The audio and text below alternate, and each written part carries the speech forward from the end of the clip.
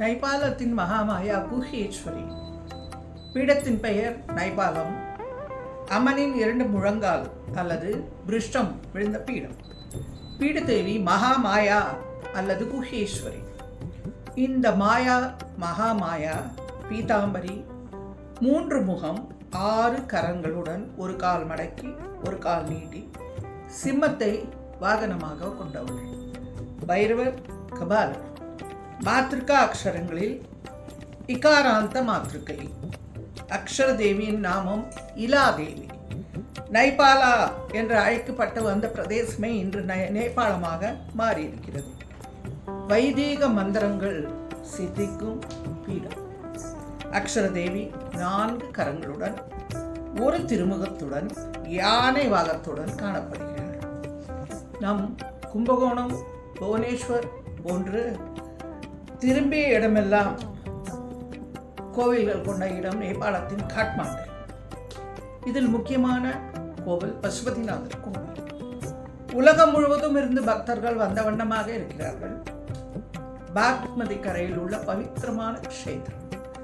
பகவான் பாண்டவர்களுக்கு தரிசனம் தந்தபோது ஒரு மாடாக காட்சி தந்தார். பின்பகுதி கேதார்நாத்திலும் முன்பகுதி பசுபதிநாத்திலும் தெரிகிற மாதிரி காட்சி தந்தார்.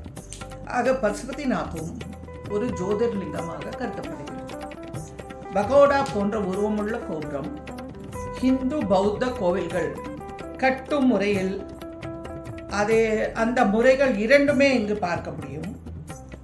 முதலில் கண்ணை கவர்வது பிரம்மாண்டமான பித்தளை நந்தி. பசுபதிநாதரை தரிசிக்க 4 வாயில்கள். வெள்ளிக்கதவுகளில் அநேக பைரவ உருவங்களை காணலாம். தற்புருஷம், அகோரம், சத்யோஜிதம், வாமதேவம் என 4 முகங்கள். 5வது முகத்தை வெளியே ஓரிடத்தில் காணலாம். சிவராத்திரி இங்கு கொண்டாடப்படும் மகோன்னதமான பண்டிகை. அம்பிகையை ஸ்ரீசக்கர ரூபமாக பூஜிக்கிறார்கள். ஆலயத்தில் உள்ள அம்பிகையின் பெயர் குஸ்மேஸ்வரி. குஸ்மா என்றால் ரகசியம். இந்த அம்மை ரகசியமாக காடு ஒன்றிலிருந்து கண்டுபிடித்ததாக கூறப்படுகிறது. இங்கு அன்னையின் உடலில் மறைக்கப்பட வேண்டிய பாகம் விழுந்திருப்பதால் குஹேஸ்வரி என்ற நாமம். சதிதேவியின் அங்கங்கள் விழும்போது அம்பிகையின் பிருஷ்டபாகம் படுவேகமாக ஒரு குன்றின் மேல் விழ அங்கு ஒரு பள்ளம் ஏற்பட்டு அது அன்னையின் பீடமானது. குஹ்யமான பாகமானதால் குஹேஸ்வரி. பசுமதி நாத் கோவிலிலிருந்து பாக்மதி கரை வழியாக நடந்து போனால் குஹேஸ்வரி கோவிலை அடையலாம். கோவில் என்று எந்த முறைப்படி கோபுரங்களுடன் கூடிய விதானம் ஏதும் இல்லை. சில படிகள் ஏறினால் 4 தங்க முலாம் பூசப்பட்ட பாம்புகள் மேற்கூரியை தாங்குகின்றன. சர்ப்பங்கள் மேலே நெளிவது போன்ற ஒரு காட்சி.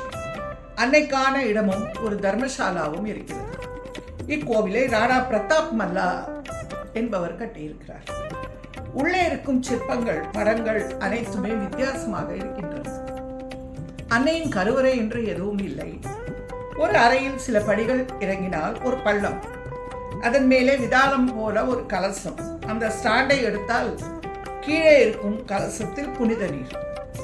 அந்த தீர்த்தம் புளிப்பாகவும் இனிப்பாகவும் இருக்கிறது. பால், கற்கண்டு, திராட்சை என பக்தர்கள் சேர்ப்பதால் அந்த ருச்சி. அந்த பள்ளத்தையே தேவியாக நினைத்து வணங்குகிறோம். பள்ளத்தின் கீழே பாக்மதி ஓடுவதாக கூறுகிறார்கள். பள்ளத்தின் மூலையில் பிருஷ்டபாகம் போன்ற ஒரு கல். அதற்கு கவசம் சாத்தி வைத்திருக்கிறார்கள். அநேகர் இங்கு வந்து பக்தியுடன் பூஜை செய்வதை பார்க்கும்போது அம்மையிடம் அவர்களின் ஆழ்ந்த அன்பு புலப்படுகிறது. நான் கைலாசம் போகும்போதும், முக்திநாத் போகும்போதும், நேபாளம் போகும்போதும் என 3 முறை இந்த தேவியை தரிசித்திருக்கிறேன்.